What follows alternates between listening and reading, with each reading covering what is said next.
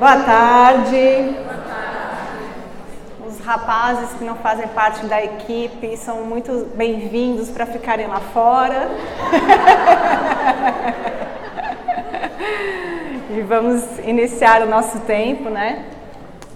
Eu quero iniciar orando a Deus e aí a gente vai começar a nossa conversa. Vamos orar. Santo Deus, nosso Pai amado, nosso Deus, eu quero agradecer, Senhor, por esse dia, agradecer por esse momento de grande alegria, Senhor, onde eu posso compartilhar dessa alegria com as minhas irmãs, amigas. Te agradeço, Senhor Deus, porque esse livro é fruto da transformação que o Senhor fez na minha vida. Eu te louvo e te agradeço, Senhor, eu tenho plena convicção que eu só estou hoje aqui pela sua graça e misericórdia, não existe nada em mim que possa ter valor para que eu estivesse aqui na frente hoje, mas pela sua graça e misericórdia o Senhor tem me usado para a sua obra, para esse ministério de ensinar mulheres, e eu sou muito grata a Ti, Senhor. Quero pedir que o Senhor conduza esse tempo para a glória do Seu nome, que o Senhor trabalhe os nossos corações, que tudo que vai ser feito aqui hoje à noite, nessa tarde, que todo o fruto desse livro, Senhor Deus, redunde em glória ao Seu nome, Pai. Esse é o desejo do meu coração, o Senhor conhece. Eu peço isso em nome de Jesus. Amém. É uma alegria muito grande para mim ter cada uma de vocês aqui. Inicialmente o livro foi escrito para mulheres casadas, mas eu não tenho ido a muitos lugares falar desse assunto ainda, eu acredito, né? Eu já estou me preparando para isso, eu sei que vão aparecer vários convites e eu vou com grande prazer para mim estar ensinando a palavra de Deus em qualquer lugar. Mas a primeira vez que eu fui ensinar fora aqui de Fortaleza esse assunto foi uma palestra grande, eu acho que deviam ter, não sei, em torno de 200 mulheres também lá em São Paulo. E era só para as mulheres casadas, o livro foi escrito especialmente para as mulheres casadas, visando os desafios que nós casadas enfrentamos. Mas naquela palestra vieram duas pessoas conversar comigo que Deus usou ali para me alertar para algo muito importante. Da mesma forma que a gente não tem tocado no assunto sexo com as mulheres casadas, nós não temos tocado com as mulheres solteiras. E eu creio que o prejuízo é igualmente grande. Essas duas pessoas que vieram falar comigo nessa palestra, uma me contou que nasceu dentro da igreja, foi criada dentro da igreja, e a vida inteira dela, ela ouviu que sexo era uma coisa que não deveria se falar, não é agora, não procure informação, não, é errado, não pode. O que aconteceu quando ela casou? Ela me contou que ela tinha 1 ano de casado e ela falou: Larissa, é horrível. Eu sempre acho que eu estou fazendo alguma coisa errada, eu acho que é uma coisa que não é normal. Por quê? Porque a vida inteira dela, ela ouviu que aquilo ali não era errado, era proibido, não era para ela, né? Não era para aquele momento, então ela nunca aprendeu a verdade bíblica sobre o assunto. E a outra história foi uma médica que veio também conversar comigo e disse: Larissa, nós precisamos sim falar com as mulheres solteiras também. Porque eu não lembro o que ela me perguntou, e eu falei: não, mas eu vou ensinar só para as mulheres casadas. Ela falou: isso é um grande erro. Sabe por quê? Porque o mundo já está falando com os solteiros. Então a gente fica com aquela preocupação: solteiro é melhor não olhar muito para aquelas passagens, né? Não vai muito em Cantares, não vai muito ali, não vai... Mas o mundo já está falando e desenhando para eles, né? O mundo já está mostrando para eles. E não adianta a gente achar que se a gente não tratar, eles vão... isso vai garantir a pureza. Nada disso vai garantir a pureza, né? O nosso coração, ele tem a tendência a tornar ruim tudo que Deus criou como bom. Então não vai ser a questão da gente não falar na igreja que vai evitar dos jovens se envolverem em imoralidade, os solteiros e nem os casados, enfim. Esse é um assunto que as pessoas pensam muito e fala-se muito pouco dentro da igreja. Isso é um fato. Eu creio que vocês concordam comigo. Esse livro é fruto da minha tese do mestrado e foi até um desafio eu conseguir que eles aprovassem esse assunto, porque foi lá nos Estados Unidos, e nos Estados Unidos eles têm muitos recursos. Primeiro é isso, eles têm muitos recursos, então eles têm muitos livros escritos sobre esse assunto.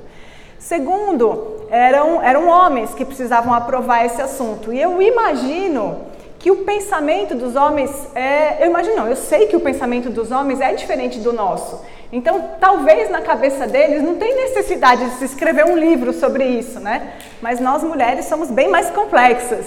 Então, talvez para eles uma apostila de uma folha estava bom, né? Para a gente, são livros e livros que nós precisamos e nós gostamos de entender as coisas de uma forma mais aprofundada. Mas pela graça de Deus foi aprovado. Eu falei para eles, eu estou escrevendo um material, vocês querem que eu escreva um material que tenha utilidade no ministério. E eu vou falar para vocês, nós não temos esse tipo de conteúdo no Brasil, escrito por mulheres, para mulheres. Então, levem em consideração isso, porque eu creio que é uma coisa que nós precisamos. E isso tem se confirmado. Eu peguei 500 livros para mim, eu acho que não faz nem um mês e meio, e eu já vendi quase os 500, né? Então, e a gente de todo o Brasil, e mais uma vez eu repito isso, não tem glória nenhuma para o meu nome, esse é um livro bíblico, quem já começou a ler, quem já sabe disso, e quem ainda vai começar, vai saber, não tem absolutamente nenhum interesse em trazer glória para mim, me tornar famosa, não, isso não é, de jeito nenhum é o meu objetivo. Meu objetivo é realmente que Deus seja glorificado e que os casamentos possam experimentar o que Deus criou, né? O que Deus criou. Então vamos conversar um pouquinho hoje, a gente vai conversar sobre 3 mentiras que o mundo tem contado sobre esse assunto, tá certo? Então o livro fala de várias outras mentiras, mas hoje aqui o objetivo é realmente a gente ter meia hora de palestra, e aí, vou tirar só meu relógio para poder ficar enxergando o horário. E aí a gente conversa mais lá fora, eu vou estar à disposição de vocês, a gente vai ter mais tempo. Então vamos para frente. O que tem acontecido, né? Nesse assunto o diabo tem sido professor, infelizmente. Né? Como a gente não fala, o mundo está cheio de informação, então ele tem doutrinado, tem ensinado. E aí qual é o grande problema? Que a Bíblia diz, João 8,44... que o diabo ele foi homicida desde o princípio e não se apegou à verdade, pois não há verdade nele. Quando mente, fala sua própria língua, pois é mentiroso e pai da mentira. Então não era de se surpreender que ele estaria fazendo diferente nessa área, né? Pelo contrário, ele tem ganhado muito espaço na vida de, creio, quase todas nós aqui, por conta das coisas que ele inventa nessa área, né? Mas Deus... são as minhas 2 palavras preferidas na Bíblia, mas Deus. Porque geralmente elas vêm depois de alguma explicação sobre a nossa natureza caída, sobre todas as desgraças de se viver num mundo caído, mas Deus. Essas 2 palavras servem para nos dar esperança, que independente do caos que a situação esteja aqui embaixo, nós temos um Deus que um dia vai consertar tudo isso. A gente tem essa esperança futura, mas nós também podemos ter a esperança presente de muitas coisas a partir das promessas de Deus. Deus já nos deu tudo o que nós precisamos. 2 Pedro 1, 3 e 4 vai dizer o seguinte: seu divino poder nos deu todas as coisas de que necessitamos para a vida e para a piedade, por meio do pleno conhecimento daquele que nos chamou para a sua própria glória e virtude. Por intermédio destas, ele nos deu as suas grandiosas e preciosas promessas, para que por elas vocês se tornassem participantes da natureza divina e fugissem da corrupção que há no mundo causada pela cobiça. Então, por meio do pleno conhecimento do nosso Salvador, Senhor Jesus Cristo, nós podemos sim vencer todas as mentiras do diabo e nós podemos ter muitas vitórias, inclusive na área sexual. Então a Bíblia tem todas as respostas que nós precisamos. Nós não precisamos de nenhuma fonte humana, de sabedoria humana, para os problemas não orgânicos do ser humano, né? Aliás, é o que nós estamos ouvindo, quem está na conferência de aconselhamento bíblico vem ouvindo isso a cada dia, né? Nós não precisamos da sabedoria humana para os problemas não orgânicos, né? Então, 3 mentiras que o diabo conta e como a Bíblia nos liberta delas. Vamos ver. Primeira mentira. Sexo é algo impuro, errado, vergonhoso e não deve ser falado no meio cristão. E isso muitas vezes não vem como essa declaração com todas as letras, mas vem pelo fato da gente não falar, da gente não tratar. Então, fica considerado como algo errado, impuro, sujo. Não vamos falar essa palavra aqui dentro, né? Dentro da igreja. Mas essa não é a verdade. Se a gente abrir as nossas Bíblias em Gênesis 1, quem tiver Bíblia aí pode me acompanhar. Gênesis 1, do 27 ao 31.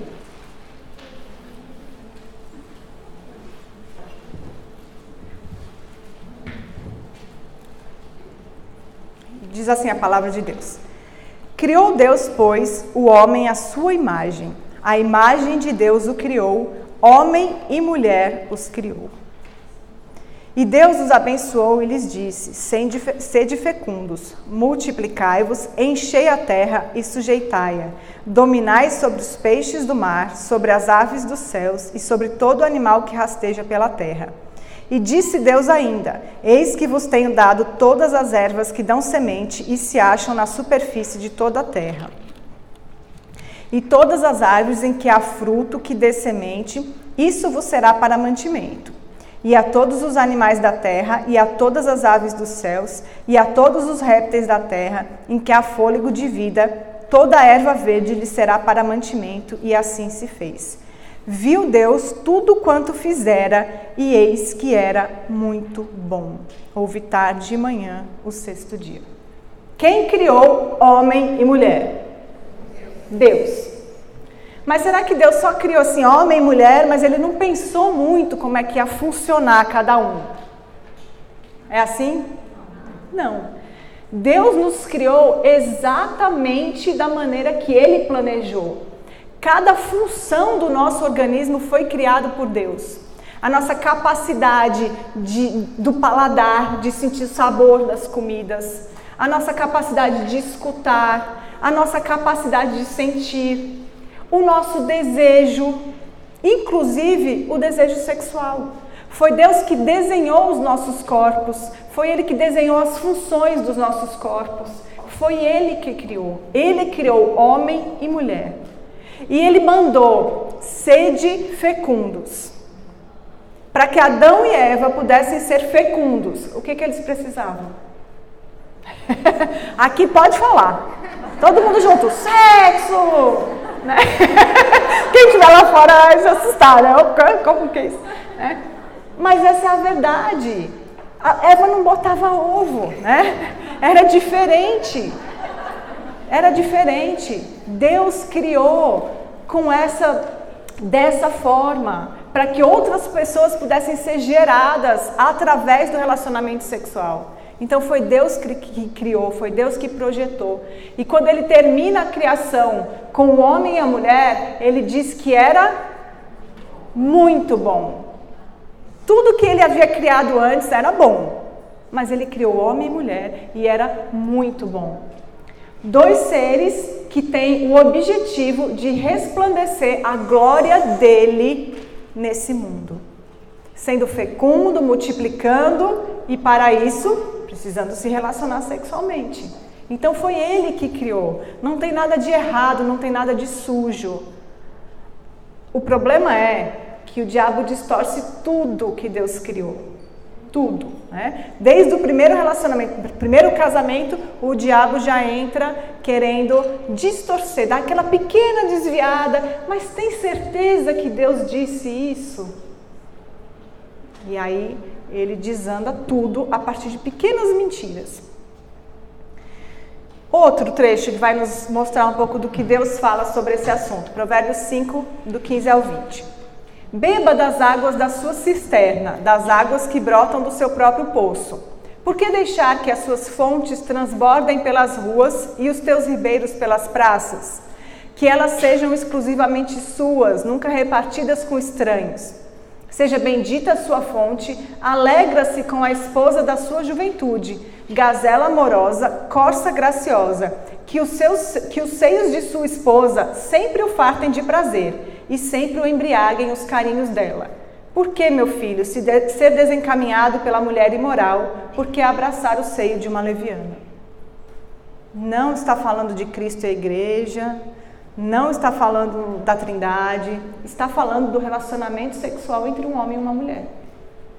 E está na Bíblia, com essas mesmas palavras.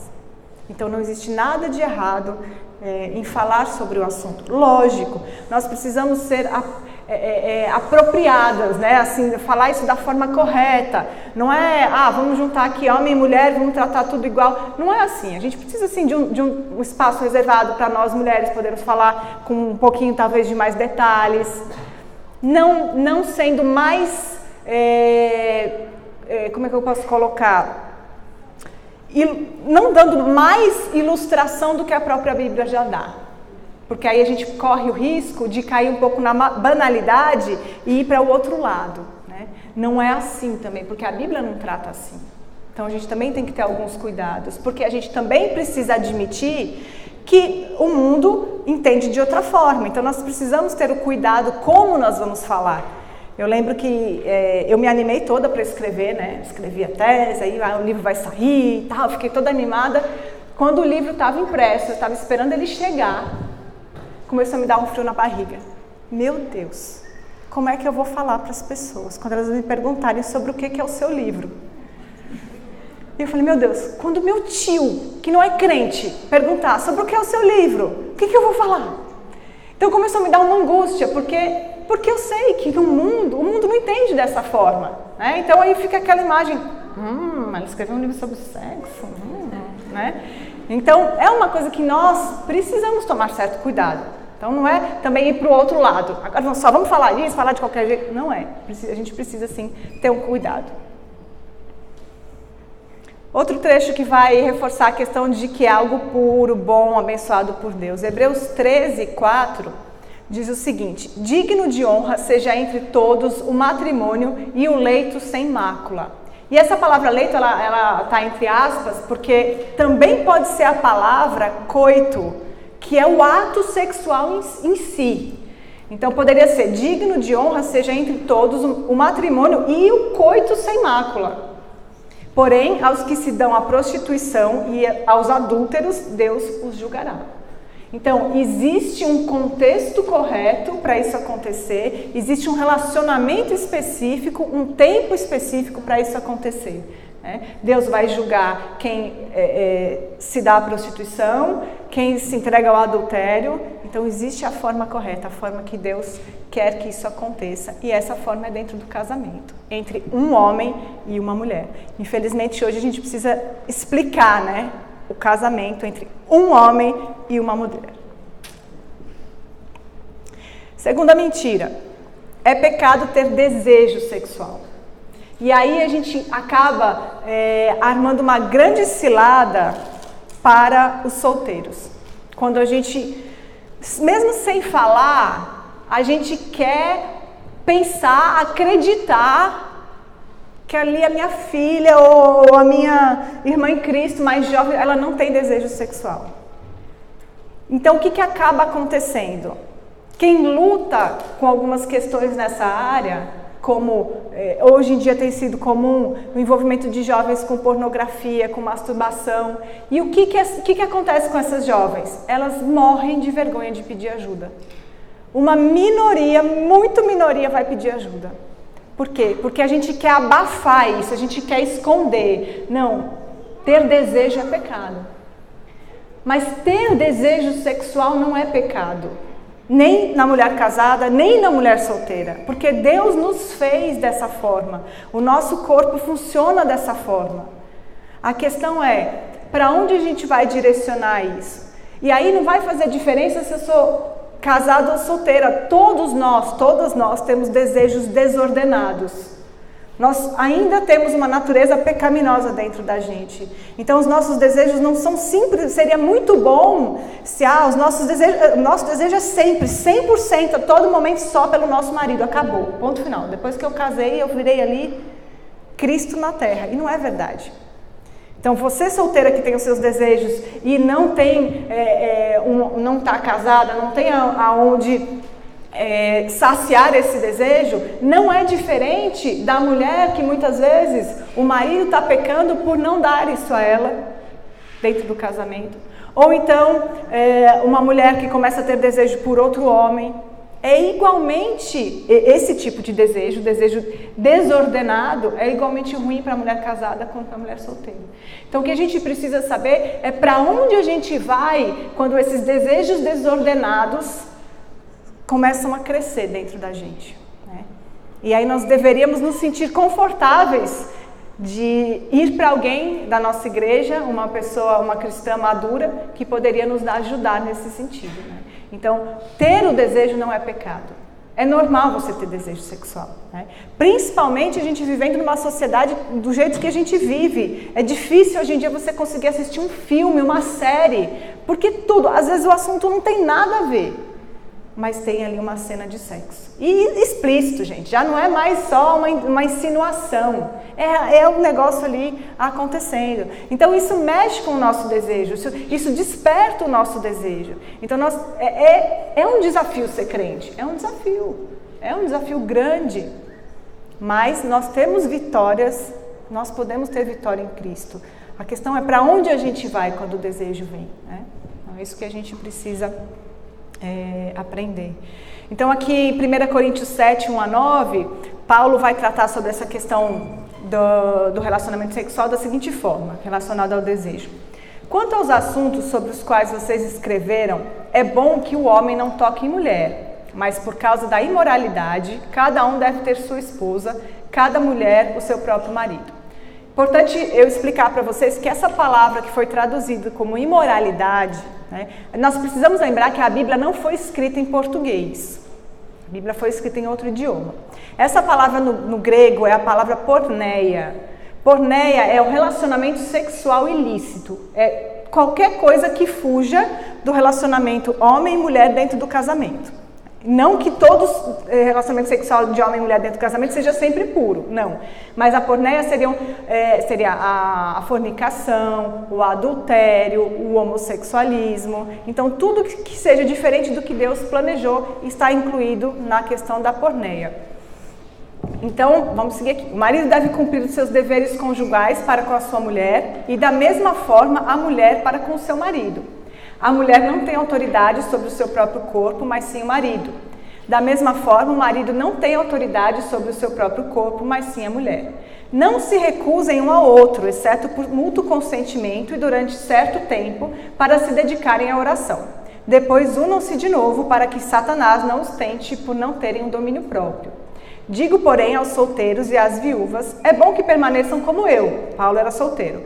Mas se não conseguem controlar-se, devem se casar. Pois é melhor casar-se do que ficar ardendo em desejo. Então, o problema não é ter o desejo, porque se você tem desejo, procure se casar. E aí direcione o seu desejo da maneira correta. A questão é, se você não se casar e tem o desejo, isso vai se tornar algo difícil para você. Né? Vai se tornar algo difícil para você. Então, o problema não é ter desejo, mas é onde é que vai ser direcionado esse desejo. Terceira mentira. Entre quatro paredes vale tudo. Então, como a gente deixa ali o vazio, não tratamos na igreja, então, já casei e agora liberado, vale tudo. Eu acho que eu comecei contando as histórias no começo e eu não terminei de falar a segunda história. Eu falei da médica que veio falar comigo, eu não concluí a história, né? Acho que eu entrei em outro assunto e não concluí. Mas o que ela me falou? Ela contou a experiência de um casal jovem na igreja dela, que não foram preparados para o casamento, né? Também os dois cresceram dentro da igreja. E aí, geralmente, quando não são preparados, as mulheres têm aquele sonho que está casando com o príncipe encantado, aquele homem gentil, carinhoso, que ela viu ali no filme, porque esse homem não existe, tá, gente? Aviso aí as solteiras, ele não existe.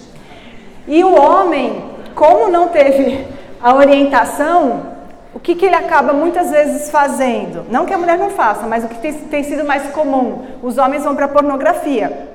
Então a mulher casa achando que está casando com o príncipe e o homem acha que está casando com aquela atriz pornô que ele assistiu desde os 5 anos de idade e ele falou, agora pronto, vou casar e tudo que eu vi eu vou fazer.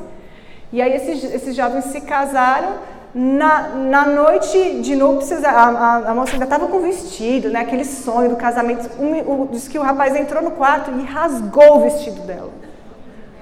O casamento acabou nos primeiros segundos.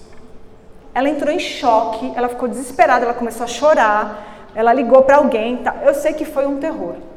Né? Então, falta de preparo para o casamento. A gente não fala, a gente não ajuda, a gente não trata, e aí, entre 4 paredes vale tudo. E não é verdade, não vale tudo. Tá? Qual é a principal coisa que nós devemos levar em consideração? O princípio que nós precisamos levar em consideração. 1 Coríntios 10, 31. Portanto, quer comais, quer bebais ou façais qualquer outra coisa, fazei tudo para a glória de Deus.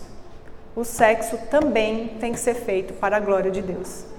Tá? Aí outros princípios que nós precisamos levar em conta dentro dessa questão de que não vale qualquer coisa. Devemos respeitar o princípio de não nos envolvermos em imoralidade, como conversas imorais. Entre vocês, Efésios 5, 3 e 4. Entre vocês não deve haver nem sequer menção de imoralidade sexual, nem qualquer espécie de impureza, nem cobiça, pois estas coisas não são próprias para os santos. Não haja obscenidade, nem conversas tolas, nem gracejos imorais, que são inconvenientes, mas ao invés disso são de graça. Então, assim, eu não sei, não conheço todas vocês e também não sei detalhes das que eu conheço, não sei muitos detalhes do passado, mas é possível que tenha pessoas aqui que tenham passado por muitas coisas pesadas no passado, né? No livro eu conto um pouquinho do meu testemunho e, infelizmente, eu vi já muita coisa ruim nessa área, sabe? E eu sei que é possível que aconteça coisas realmente muito pesadas e bizarras nessa área. E essas coisas não devem fazer parte da vida sexual do cristão.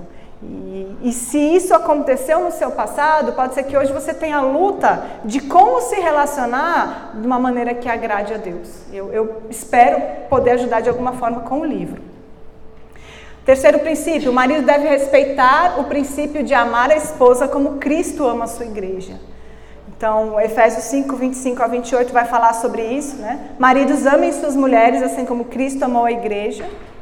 No final desse trecho vai repetir, maridos devem amar as suas mulheres como seus próprios corpos. Então, tudo tem que ser feito com o objetivo de amar o outro. E a mulher, também ainda nesse trecho, a esposa deve respeitar o marido. A mulher trate o marido com todo respeito. Então, essas são coisas que estão incluídas no nosso relacionamento sexual. Não vale tudo. Como eu falei para vocês, eu não vou entrar em detalhes, mas existem práticas que são sim abusivas, que judiam do outro, que causam coisas que realmente não deveriam fazer parte do leito conjugal dos cristãos. Uma coisa que é muito importante é que sexo não é performance. Sexo é expressão de amor. E eu não sei quanto a vocês, mas eu já me senti muito pressionada, não pelo meu marido, mas pela sociedade, quando eu não tinha nenhum conhecimento nesse assunto.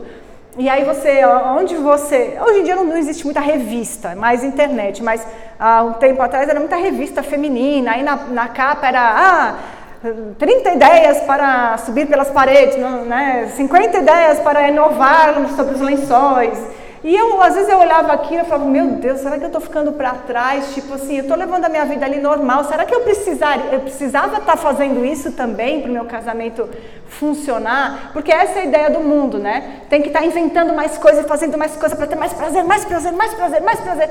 Como se a vida fosse o sexo. Isso por quê? Porque existe um vazio imenso no coração das pessoas que só Cristo preenche. E elas querem preencher com o que é que dá mais prazer para o descrente, em geral, é o relacionamento sexual. Então fica essa busca desesperada para ter mais prazer, para ter mais prazer, para ter mais prazer. E não é isso. O sexo é uma expressão de amor entre os cônjuges. A gente não precisa entrar numa maratona de precisa estar toda hora comprando a lingerie nova, o brinquedo novo, não sei o que lá. Não, Deus fez os nossos corpos para ter essa capacidade de dar prazer um ao outro sem a necessidade desse monte de coisa, né? Então não é performance. Então, por onde que eu começo a mudança? Se você é como eu, você deve ter identificado alguma coisa aí que não está indo bem no seu coração ou no seu relacionamento. É comum, é normal. E como é que a gente começa uma mudança? 1 João 1, 8 e 9 diz que se afirmarmos que estamos sem pecado, enganamos-nos a nós mesmos e a verdade não está em nós. Se confessarmos os nossos pecados, Ele é fiel e justo para perdoar os nossos pecados e nos purificar de toda injustiça. Então, o primeiro passo que nós precisamos dar em direção a ter uma vida sexual que agrade a Deus, sendo casadas ou solteiras, é a confissão e o arrependimento, a confissão diante de Deus, para começar uma caminhada nova em direção do que agrada a Deus, né? E é possível para todas nós. E aí, leia o livro, né? O meu desejo não é só que você compre o livro, o meu desejo maior é que você leia o livro. Se tivesse vindo de graça para mim, provavelmente eu daria de graça para vocês também, mas é porque tem um custo fazer o livro, então a gente precisa cobrar para vocês terem o livro, mas leiam o livro, tá? Compartilhem as ideias aí, eu aceito feedbacks também, ideias, sugestões, e nós temos as nossas redes sociais do livro Mulheres e Sexo no Instagram e a fanpage no Facebook. E uma outra coisa que nós queremos oferecer para vocês, todas vocês já têm o livro de vocês, que estão aqui dentro, né? Mas nós estamos fazendo um valor especial para quem está aqui e quiser comprar outro livro para dar de presente. Nós temos tanto aqui na porta, quanto o pastor Humberto tem mais um pouquinho para lá, o pastor Humberto está com a editora Peregrina, ele também tem. Então a gente vai fazer um valor de R$30 para quem quiser comprar outro livro para dar de presente, tá certo? Então nós vamos agora lá para fora, a gente vai tirar foto, a gente vai conversar, a gente vai ficar o tempo que for, que vocês quiserem. Eu queria só, para a gente finalizar, chamar o Júnior, meu marido, para orar, e aí a gente vai lá para fora.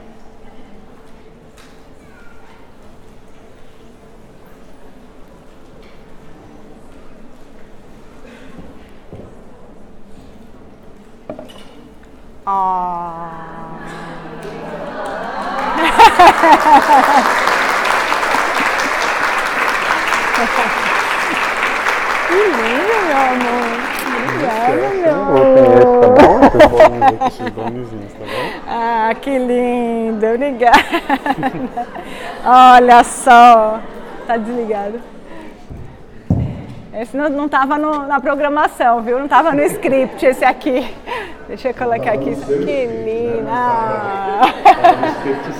Obrigada, amor. Muito obrigada. Vamos orar então. Senhor, nosso Deus e Pai, nós te damos graças, Senhor, pela Tua presença, pela Tua bondade, por ser um Deus bondoso, maravilhoso, longânimo. Senhor, nós te agradecemos por esse momento, por essa obra a qual o Senhor usou a sua serva Larissa, minha esposa, para preparar, baseado na Tua palavra, fonte suficiente para todas as necessidades e desafios das nossas vidas. Um assunto tão pouco falado nas igrejas, mas eu peço ao Senhor que use essa ferramenta na vida de cada irmã aqui presente e de muitas outras mulheres que vão ter a oportunidade de ler esse livro, que possa ajudá-las a viver de maneira mais santa, mais baseadas na Tua palavra, que isso possa transformar suas vidas também, casamentos, e que seja realmente uma bênção, Senhor Deus. Eu quero agradecer pela vida de cada uma delas, quero agradecer pela vida das irmãs que se empenharam a organizar esse momento tão especial, feito com tanto amor, com tanta dedicação e com mãos diligentes, Senhor Deus. Eu agradeço pela vida da Larissa, Tua serva, por tudo que o Senhor tem feito em nossas vidas, Pai. Para a Tua honra e glória, para a exaltação do Teu santo nome. Oramos confiadamente no santo e eterno nome do Senhor Jesus Cristo. Amém. Amém. Obrigada.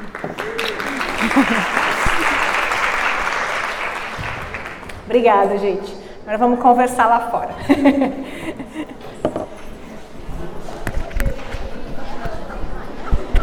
Desligou aí? Desligou aí? Desligou esse aí? Não.